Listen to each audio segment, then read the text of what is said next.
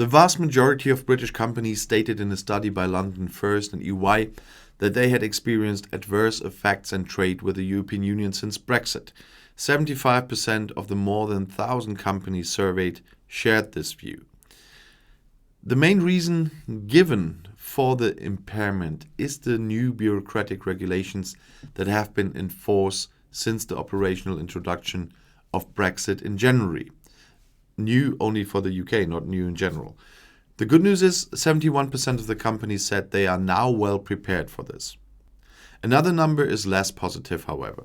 Almost half of the companies expected long-term negative trade effects in relation to their EU partners, which is why not a few are currently cutting the line to mainland Europe and finding new ones by trying to look for other markets. But how that works, we know. According to Reuters, Prime Minister Boris Johnson views the disruptions primarily as teething troubles that would resolve once companies became familiar with the new system. Yeah, right. John Dickey, acting managing director of London First, is now entirely of this opinion. It is clear that the disruptions in British trade with the EU go beyond the teething troubles of the new system. If the government wants to work successfully for global Britain, it must redouble its efforts to repair our trade relations with the EU, said the analyst critically. The survey also showed that around 30% of British companies are groaning under a rising cost base. Around half of them stated that they could only compensate for this by passing on the costs to the customers. Of course, nobody really wants it either. However, every fourth company also reports that they have gained a better understanding of access to new markets since Brexit. In any case, the results show that it currently seems completely open in which direction the UK economy will develop. Of course, Brexit also has other consequences. Thousands of Britons across the European Union since April 1st and now will become illegal stayers in the bloc as their 90-day visa-free stay ended on April 1st. After the Brexit transitional phase ended on December 31st, all UK nationals became third country citizens to the EU and thus fall subject to the same rules that other third country citizens are subject to. In order to be able to remain in the EU, British citizens living here had to register in order for their stay to become legal. However, as many of them have failed to do so, their stay in the EU beyond 90 days in any 180 days is considered illegal if throughout this period of 3 months they have never left the EU. Those who have left the EU countries even for a few days have those additional days until they violate the EU's rules of permitted visa-free stay. Speaking to the local Galba Meadows from citizens' rights group France Rights and British in Europe also pointed out that those who do not want to meet the conditions to apply for a French residence and a residence card under the withdrawal agreement are considered illegal stayers after March 31st. She said, "You'll need to make plans to leave France on or before that day, either returning to the UK or moving on to a country that isn't part of Schengen.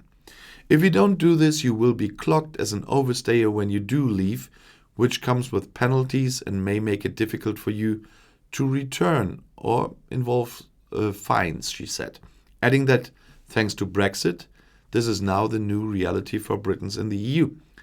Under the Schengen area rules of stay for third country citizens, what the UK is now, when entering the borderless territory under the visa-free regime, these travelers can stay for a maximum of 90 days for every 180-day period. According to this rule, on the very first day a person enters the Schengen area, his period of 19 days starts rolling. If a person stays more than 90 days in any period of 180 days, he or she will face restrictions when attempting to leave the bloc. Recently, many media outlets have reported that EU countries, including countries like Spain, where many British citizens own second homes, will deport unregistered UK citizens that remain in the bloc beyond the permitted 90 days. The UK Embassy in Spain has reacted to such reporting by issuing a statement that quotes a Spanish minister, the Ministry of Inclusion, with a spokesperson saying that the Spanish government has no plans to deport British citizens who have made Spain their home. Ambassador Hugh Elliott also pointed out he is well aware of the concerns of the Brits living in Spain about overstaying, assuring them that such things as deportation will not happen. The Spanish government has been clear that it will take a pragmatic approach to anyone who is stuck in Spain due to circumstances beyond their control. So I don't want people to be overly worried on that count. However, if people do not intend to become a resident here in Spain, he says, and see the UK as their base, we do expect them to take steps to return to the UK as soon as they can, the ambassador said. And that's the point. He was talking about the pragmatic approach of the Spanish if there are circumstances they had no control over. Despite the ambassador's statements, the chair of Remain in Spain, Sue Wilson, says that they have been warning Brits for the upcoming deadline. She also claims that there are British nationals who are deliberately planning to overstay, assuming they'll be treated differently from other third country nationals simply because they are British. Seriously? How can anyone still believe in this exceptionalism nonsense? But she continued, I fear that many have ignored the warnings of the consequences of exceeding a 90-day stay and are in for a rude awakening.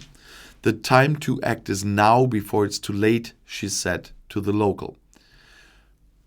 While Brits overstaying in the EU may not be searched after and deported, they will for sure face other consequences whenever they attempt to leave the bloc, as that is when they will be detected as overstayers. Remain in Spain, which is a forum for British migrants who have chosen to live in Spain, warned on March 11th of the upcoming deadline, noting that starting from April 1st, any non-resident who fails to apply to remain in Spain will officially become an undocumented immigrant and could be fined or placed under an expulsion order. If deported, they could face a ban against re-entry, not just to Spain, but the most other European countries for up to 5 years, Remain in Spain notes in its warning. The forum is right, as every illegal move in Europe has its consequences. British nationals overstaying in the bloc will also face the consequences, which depend a lot on the country where he or she is caught overstaying, as well as the number of days overstayed. As the EU has no common policy for penalties for overstayers, the member states apply the penalties differently, some by being softer and others harsher. Yet, in general, they apply similar penalties as fines, which is the most common. Deportations, difficulties returning to the Schengen area, or in some cases even entry bans.